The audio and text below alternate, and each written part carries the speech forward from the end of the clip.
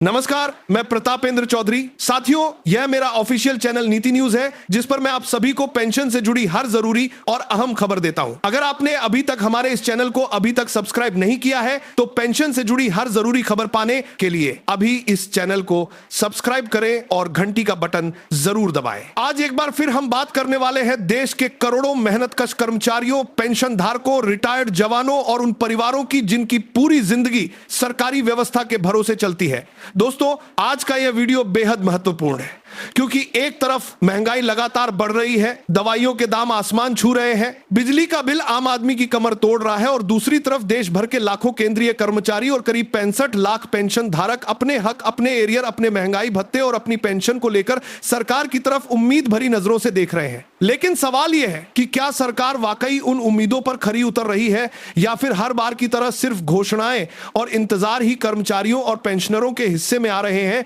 अभी आज हम इन्हीं तमाम मुद्दों पर विस्तार से चर्चा करेंगे, इसलिए वीडियो को आखिर तक जरूर देखिएगा, क्योंकि आज जो जानकारी निकलकर सामने आई है वो हर केंद्रीय कर्मचारी, हर पेंशनर और हर परिवार के लिए जानना बेहद जरूरी है। दोस्तों, सबसे पहले बात करते हैं उस मुद्दे की जिसने पिछले कुछ दिनों में सोशल मीडिया से लेकर पेंशनर संगठनों तक हलचल मचा दी है। मामला है डीए और डीआर एरियर पर 8% ब्याज मिलने की खबरों का। आप सभी जानते हैं कि केंद्र सरकार ने महंगाई भत्ते और महंगाई राहत में 2% की बढ़ोतरी की थी। पहले डीए और डीआर 58% था, जिसे बढ़ाकर 60% कर दिया गया। इसके बाद कर्मचारियों और पेंशनरों को एरियर मिलना शुरू हुआ। लेकिन यहां असली समस्या वहीं से शुरू हुई जहां हमेशा होती है। किसी को समय पर पैसा मिला, किसी को देरी से, किसी को अभी तक इंतजार करना पड़ा। कई पेंशनरों ने शिकायत की कि बैंक और पेंशन वितरण एजेंसियों ने समय पर भुगतान नहीं किया। अब सोचिए, एक बुजुर्ग पेंशनर जिसकी पूरी जिंदगी उस पेंशन पर निर्भर है, जिसे दवाई खरीदनी है, घर चलाना है, बच्चों की मदद करनी है, अगर उसकी पेंशन या एरियर समय पर नहीं आएगा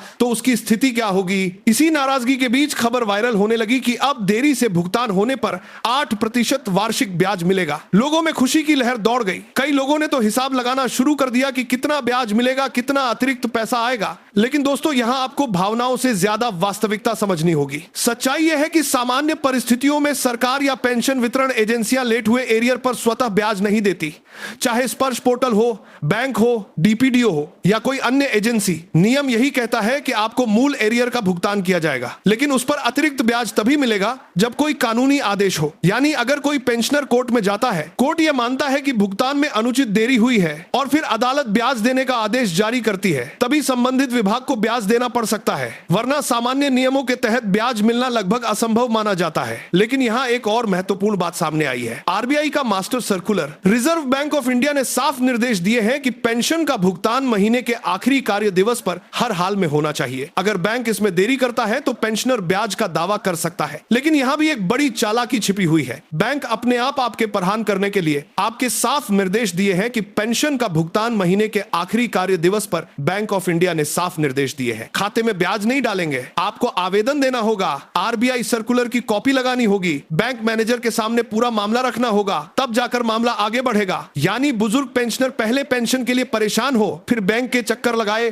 फिर आवेदन करे, तब कहीं जाकर कुछ दिनों का ब्याज मिले। सवाल यही है कि आखिर इस व्यवस्था में इंसानियत कहां है। दोस्तों, अब बात करते हैं आने वाले महंगाई भत्ते और महंगाई राहत की, क्योंकि इस वक्त सबसे ज्यादा चर्चा इसी बात की है कि क्या इस बार डीए और डीआर में 4% की बढ़ोतरी हो सकती है, और अगर ऐसा हुआ तो कर्मचारियों और पेंशनरों की सैलरी और पेंशन में कितना फर्क पड़ेगा। देखिए, अभी तक उपभोक्ता मूल्य सूचकांक यानी सीपीआई के आंकड़े आ चुके हैं। आंकड़ों में 0.6 अंकों की बढ़ोतरी दर्ज हुई है। अब अगर इन आंकड़ों को देखा जाए तो मौजूदा डीए 60% से बढ़कर 62% तक पहुंचने का संकेत दे रहा है। यानी शुरुआती आंकड़ों में ही 2% की बढ़ोतरी का आधार बन चुका है। अब आने वाले आंकड़े बेहद महत्वपूर्ण होंगे। अगर अगले महीनों में भी महंगाई इसी रफ्तार से बढ़ती रही तो डीए और डीआर में कुल 4% की बढ़ोतरी संभव मानी जा रही है। इसका मतलब होगा कि 60% डीए सीधे 64% तक पहुंच सकता है। अब जरा सोचिए, जिस दौर में गैस सिलेंडर, दूध, दवाई, सब्जियां और बिजली के दाम लगातार बढ़ रहे हैं, उस दौर में यह बढ़ोतरी कर्मचारियों और पेंशनरों के लिए कितनी बड़ी राहत साबित हो सकती है। लेकिन साथ ही एक सवाल और खड़ा होता है, क्या सिर्फ 4% बढ़ोतरी से आज की महंगाई का सामना किया जा सकता है? क्या यह पर्याप्त है? शायद नहीं। क्योंकि बाजार में जिस तेजी से महंगाई बढ़ रही है उसके मुकाबले डीए की बढ़ोतरी बहुत छोटी दिखाई देती है। यही वजह है कि अब 8वें वेतन आयोग को लेकर मांगे तेज हो चुकी हैं। और दोस्तों, इस बार मांगे सिर्फ वेतन बढ़ाने की नहीं है, इस बार मांगे उस पूरी व्यवस्था को बदलने की है जो वर्षों से कर्मचारियों और पेंशनरों को सीमित राहत देती रही है। जेसीएम के सचिव शिव गोपाल मिश्रा द्वारा हाल ही में जो मांग पत्र भेजा गया है उसने सरकार पर बड़ा दबाव बना दिया है। मांग की गई है कि पारसी पर 200 देशों के बार बोर्ड के बाज और जेसीएम के सचिव शिव गोपाल मिश्रा द्वारा हाल ही में जो मांग पत्र भेजा गया है उसने सरकार पर बड़ा दबाव बना दिया है। पेंशन को टैक्स फ्री किया जाए। आखिर एक बुजुर्ग व्यक्ति जिसने पूरी जिंदगी देश की सेवा की, नौकरी की, टैक्स दिया, रिटायरमेंट के बाद उसकी पेंशन पर टैक्स क्यों लगाया जाए? दूसरी बड़ी मांग है कम्यूटेशन रिकवरी अवधि को 15 साल से घटाकर 11 साल किया जाए, क्योंकि वर्तमान व्यवस्था में पेंशनर लंबे समय तक कटौती झेलते रहते हैं। तीसरी और सबसे बड़ी मांग यह है कि ईपीएस 95 के तहत पेंशन को अंतिम आहरित वेतन के 50% से बढ़ाकर 67% किया जाए, यानी रिटायर्ड कर्मचारी को अधिक सम्मानजनक जीवन दिया जाए। अब जरा सोचिए, आज के दौर में बहुत कम पेंशन में कोई बुजुर्ग अपना इलाज, घर खर्च और दवाइयां कैसे संभालेगा? यही वजह है कि पेंशन बढ़ाने की मांग लगातार तेज हो रही है। दोस्तों, महंगाई भत्ते के फार्मूले पर भी गंभीर सवाल उठाए गए हैं। कर्मचारी संगठनों का कहना है कि वर्तमान फार्मूला पूरी तरह असफल हो चुका है। बाजार में वास्तविक महंगाई कहीं ज्यादा है, लेकिन डीए सिर्फ 2 या 3% बढ़ता है। अगर खाने पीने की चीजें 20% महंगी हो जाए, दवाइयां 15% महंगी हो जाए, लेकिन डीए सिर्फ 2% बढ़े, तो क्या यह कर्मचारियों के साथ न्याय है? यही कारण है कि मांग उठ रही है कि डीए और डीआर के फार्मूले में बड़ा संशोधन किया जाए ताकि हर 6 महीने में 5 से 7% तक की वास्तविक राहत मिल सके। क्योंकि जब तक महंगाई की असली मार को नहीं समझा जाएगा तब तक कर्मचारी और पेंशनर सिर्फ आंकड़ों में राहत पाते रहेंगे, जिंदगी में नहीं। अब दोस्तों, बात करते हैं दिल्ली हाईकोर्ट के उस बड़े फैसले की जिसने हजारों परिवारों के बीच बहस छेड़ दी है। मामला दूसरी पत्नी और फैमिली पेंशन का था। कोर्ट ने साफ कहा है कि अगर पहली शादी कानूनी रूप से वैध है और तलाक नहीं हुआ है तो दूसरी शादी को कानूनी मान्यता नहीं दी जा सकती। एक सेना अधिकारी की मृत्यु के बाद दूसरी पत्नी ने फैमिली पेंशन की मांग की थी, लेकिन कोर्ट ने कहा कि कानून के तहत पहली पत्नी ही वैध पत्नी मानी जाएगी, दूसरी पत्नी को फैमिली पेंशन का अधिकार नहीं मिलेगा। यहां तक कि पहली पत्नी की मृत्यु के बाद भी दूसरी पत्नी को यह अधिकार नहीं दिया जा सकता। हालांकि कोर्ट ने यह जरूर कहा कि दूसरी शादी से जन्मे बच्चों को कुछ सीमित अधिकार मिल सकते हैं, लेकिन पत्नी को नहीं। यह फैसला कई लोगों के लिए चौंकाने वाला जरूर हो सकता है, लेकिन कानून की नजर में यही व्यवस्था लागू है।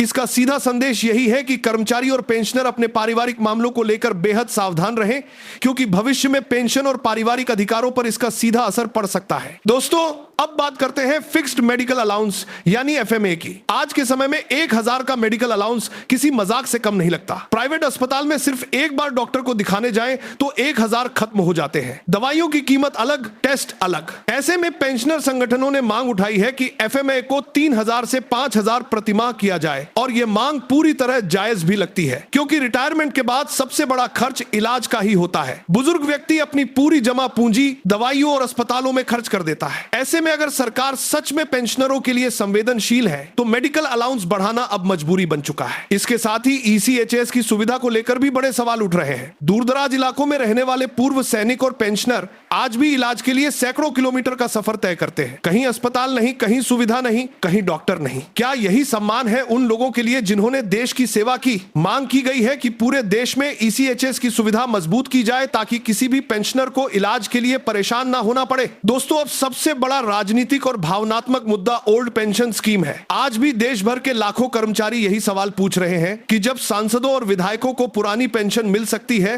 तो सामान्य कर्मचारियों को क्यों नहीं? आखिर दो तरह की व्यवस्था क्यों? एक तरफ आम कर्मचारी एनपीएस के बाजार आधारित जोखिम में फंसा हुआ है, दूसरी तरफ नेताओं की पेंशन पूरी तरह सुरक्षित है। यही वजह है कि ओपीएस की मांग लगातार तेज होती जा रही है। कर्मचारी संगठन साफ कह रहे हैं कि रिटायरमेंट के बाद सम्मानजनक जीवन हर कर्मचारी का अधिकार है, कोई एहसान नहीं। अगर सरकार वास्तव में कर्मचारियों के हित में सोचती है तो उसे इस मुद्दे पर गंभीरता से फैसला लेना होगा। दोस्तों, आज पूरा देश आर्थिक असमानता के दौर से गुजर रहा है। एक तरफ बड़े बड़े उद्योगपतियों के हजारों करोड़ के कर्ज माफ हो जाते हैं, दूसरी तरफ एक पेंशनर अपनी छोटी सी ईपीएस 95 पेंशन के लिए महीनों तक बैंक और दफ्तरों के चक्कर लगाता है। एक कर्मचारी अपनी पूरी जिंदगी सरकार को देता है, लेकिन रिटायरमेंट के बाद उसे हर छोटी सुविधा के लिए संघर्ष करना पड़ता है। यही वजह है कि आज कर्मचारियों और पेंशनरों में गुस्सा भी है और उम्मीद भी। गुस्सा इस व्यवस्था से और उम्मीद इस बात की कि शायद आने वाला 8वां वेतन आयोग उनकी जिंदगी में कुछ वास्तविक बदलाव लेकर आए। अब देखना यही होगा कि सरकार इन मांगों को सिर्फ फाइलों में दबाकर रखती है या वास्तव में कर्मचारियों और पेंशनरों को राहत देने के लिए कोई बड़ा फैसला लेती है। क्योंकि अब सिर्फ घोषणाओं से काम नहीं चलेगा, अब जमीन पर बदलाव चाहिए। अब पेंशनरों को सम्मान चाहिए, अब कर्मचारियों को सुरक्षा चाहिए,